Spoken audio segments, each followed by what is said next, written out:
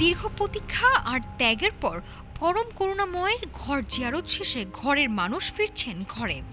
চোখে মুখে ক্লান্তি থাকলেও পবিত্র হজ পালনের আত্মতৃপ্তি আর প্রিয়জনদের কাছে পাওয়ার আনন্দ ছাপিয়ে গেছে সবকিছুকে।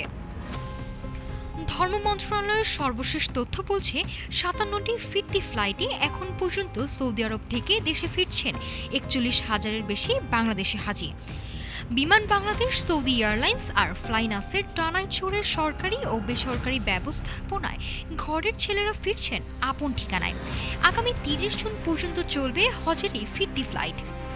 তবে আনন্দের আবহেই কোথাও কোথায় বেজে উঠছে বিদায়ের করুণ সুর। প্রিয়জনকে বরণ করতে বিমানবন্দরে আসা কোনো কোনো পরিবারের চোখে শুধু শূন্যতা।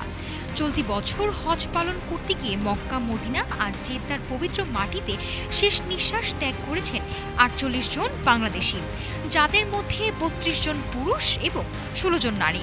এছাড়া সৌদির বিভিন্ন হাসপাতালে এখনও চিকিৎসাধীন রয়েছে ৪ শতাধিক হাজি।